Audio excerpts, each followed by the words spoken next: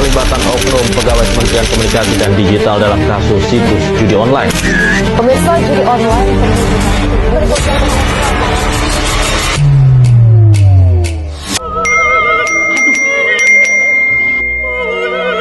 makanan enak kita tahu.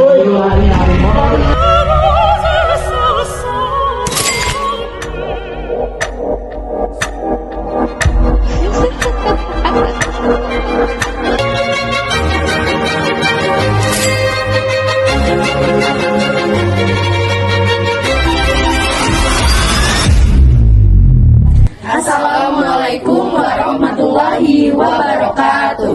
Kami dari kelompok 5 izin memperkenalkan diri. Nama saya Nurul Aprilia Putri.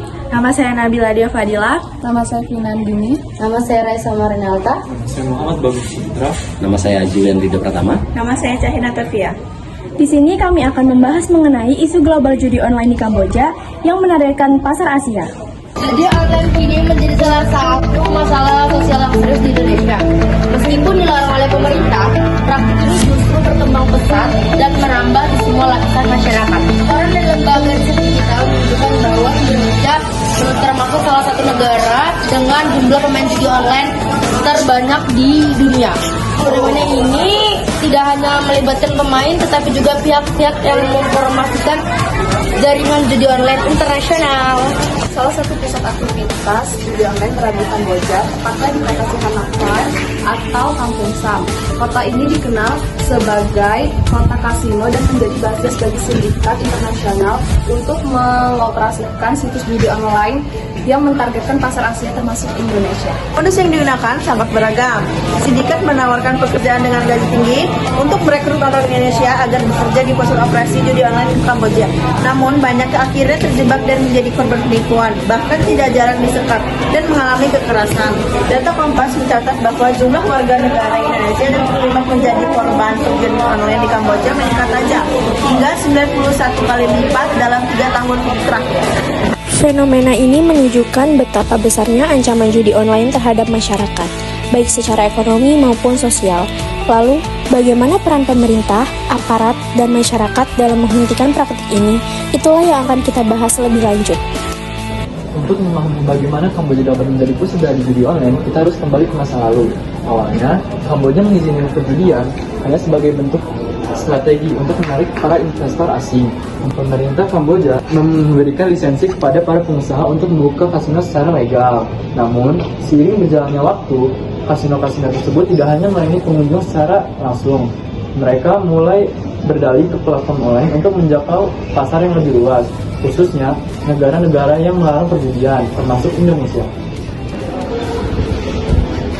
Pusat operasi ini mengandalkan tenaga kerja dari berbagai negara termasuk Indonesia. Mereka dijanjikan akan mendapatkan gaji yang sangat tinggi, namun nyatanya mereka semua tertipu. Kebanyakan dari mereka hanyalah menjadi operator judi online, bahkan sampai ada yang terjebak di dalam tindak kriminal seperti penipuan online dan penjualan organ tubuh manusia.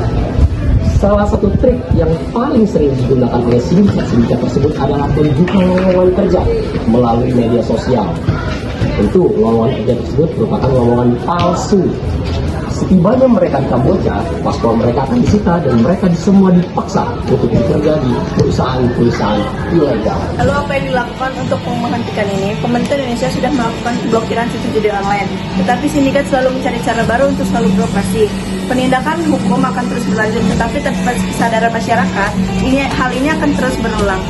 Pemerintah Indonesia melalui Kementerian Luar Negeri ini mencatat bahwasannya jumlah kasus yang terjerat dalam jaringan ini meningkat tajam dalam 3 tahun terakhir. Dalam kasus ini, korban harus diselamatkan melalui operasi diplomatik dan kerjasama dengan aparat Kamboja. Di sisi lain, judi online juga dapat membawa dampak besar dalam negeri ini. Banyak keluarga yang hancur karena kecanduan berjudi, uang hasil kerja keras habis karena taruhan, dan bahkan ada yang terjerumus dalam hutang.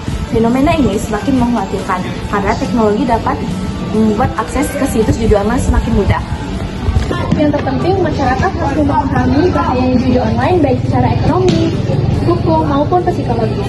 Jadi, bukan hanya soal keberuntungan, di balik itu ada sindikat besar yang memanfaatkan kelemahan manusia untuk keuntungan mereka sendiri.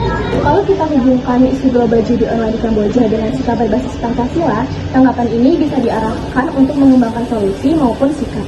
Berikut hubungan isu global judi online di Kamboja dengan sikap berbasis Pancasila. Yang pertama, ketuhanan yang Maha Esa. Judi online berkaitan dengan ajaran agama, solusinya tingkatan moral dan pendidikan agama. Yang kedua yaitu kemanusiaan yang adil dan beradab. Judi merusak martabat kemanusiaan seperti hutang dan kriminalitas. Solusinya yaitu melindungi korban dan cegah eksploitasi. Sila ketiga, yaitu Persatuan Indonesia. Judi online melemahkan generasi dan persatuan Indonesia. Solusinya, menolak budaya negatif dan perkuat kerjasama internasional. 4. Kerakyatan yang dipimpin oleh hikmat kebijaksanaan dalam permusyawaratan perwakilan dengan cara pemerintah wajib membuat kebijakan-kebijakan tegas dengan solusi yaitu melibatkan masyarakat secara langsung dan mendukung regulasi-regulasi anti judi online.